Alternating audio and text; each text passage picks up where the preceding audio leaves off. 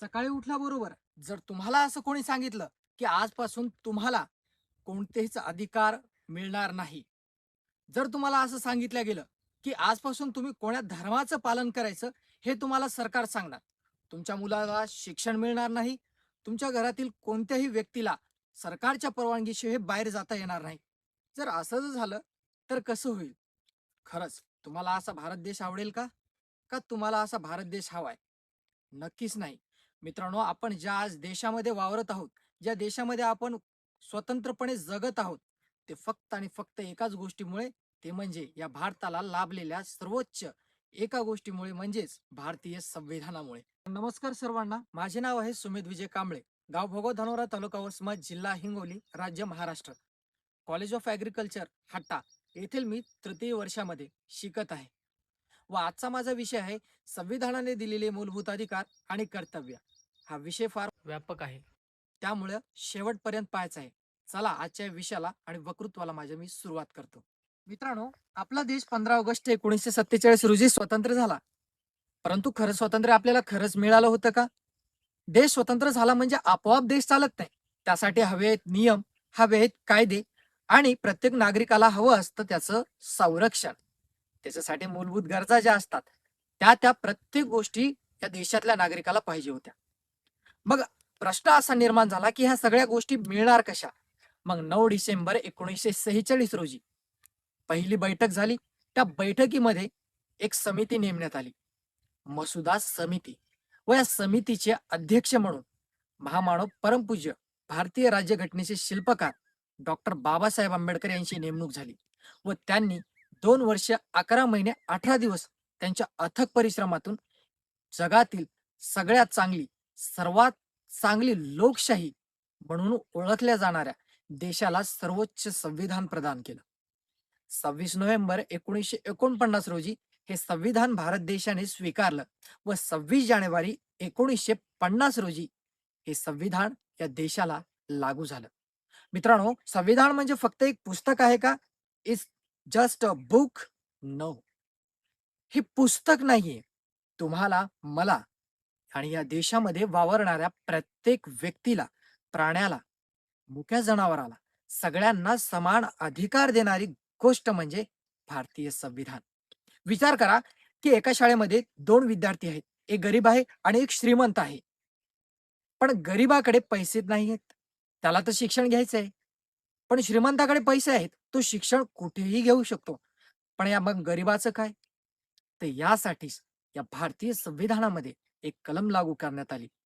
ज्या कलमेअंतर्गत प्रत्येक देशातल्या विद्यार्थ्याला मोफत शिक्षण प्रदान करण्यात येईल.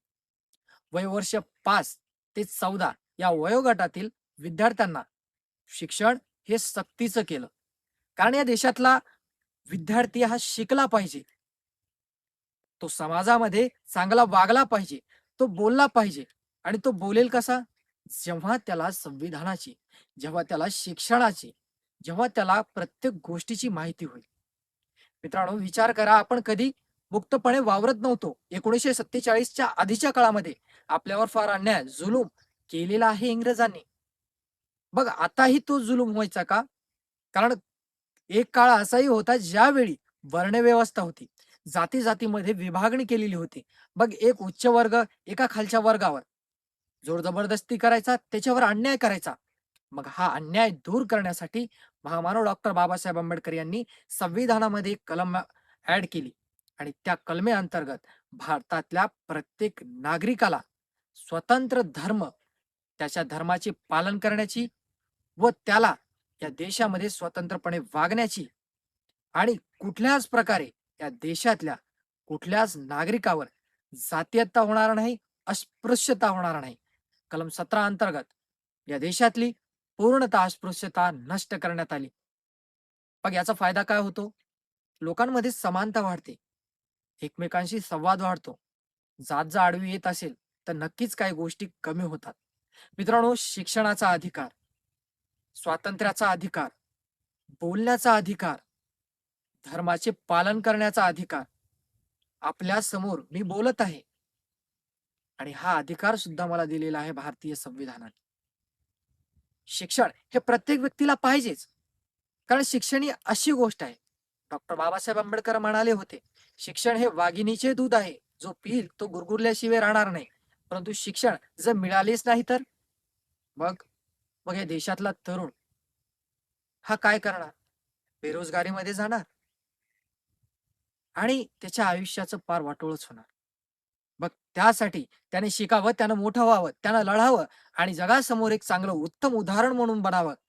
ह्यासाठी या देशातल्या संविधानाने सगळ्या गोष्टींचा विचार करून या प्रत्येक तरुणाला एक नवीन उमेद म्हणून शिक्षणाचा अधिकार दिला. काही स्त्रियांना अगोदरच्या काळामध्ये बाहेर जाता येत नव्हतं, फिरता येत नव्हतं. परंतु आज त्या मुक्तपणे वावरत आहेत.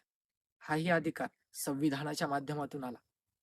परंतु जर भाग 3 कलम 12 ते 35 मध्ये जर आपल्याला एखादे मूलभूत अधिकारापासून आपल्याला कोणी वंचित करत असेल, आपल्याला कोणी रोखू शकत असेल, तर कलम 32 म्हणजे the heart of the Indian constitution याच्या अंतर्गत आपण सरळ सरळ सर्वोच्च न्यायालयाची दारे खटकवू शकतो. जर आपल्याला आपल्या मूलभूत हक्क अधिकारांपासून कोणी वंचित ठेवण्याचा प्रयत्न करत असेल, म्हणजे विचार करा किती गोष्टीचा त्यांनी विचार केला आपल्यासाठी. प्रत्येक गोष्ट प्रत्येक गोष्ट लिहिल्या गेली. कोणत्याच व्यक्तीला कसल्याच प्रकारचा त्रास होऊ नये म्हणून. मित्रांनो, ह्या तर झाल्या संविधानाच्या बाजू.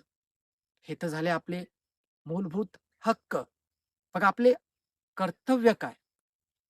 कलम 51 ए याच्या अंतर्गत आपले कर्तव्य आहेत, की आपण या देशाचे राष्ट्रध्वज, या देशाचा तिरंगा याचा सन्मान केला पाहिजे. भारतीय संविधानाला वाचलं पाहिजे. भारतीय संविधानाचा आदर केला पाहिजे. या देशासाठी, या भारत मातेसाठी जे सुपुत्र फासावर चढले, त्यांचा आपल्याला अभिमान बाळगता आला पाहिजे. आणि मित्रांनो, हे आपले कर्तव्य आहेत. ह्याचं आपण प्रत्येकाने पालन करायलाच हवं. आणि मला वाटतं, की आणखी ही गोष्टी आपण काही लक्षात घ्यायला पाहिजे. भारतीय संविधान हे काय एक फक्त पुस्तक नाही मी म्हणालो होतो. ही प्रत्येक गोष्ट आपल्याला सांगते, शिकवते, जगवते, वाचवते, बोलायला लावते आणि आपले हक्क, आपले अधिकार आपल्याला जाणून घेण्याची ताकद निर्माण करून देते. ते म्हणजे भारतीय संविधान आहे. आज आपण पाहत आहोत, की खूप काही गोष्टी आपल्या देशामध्ये घडत आहेत.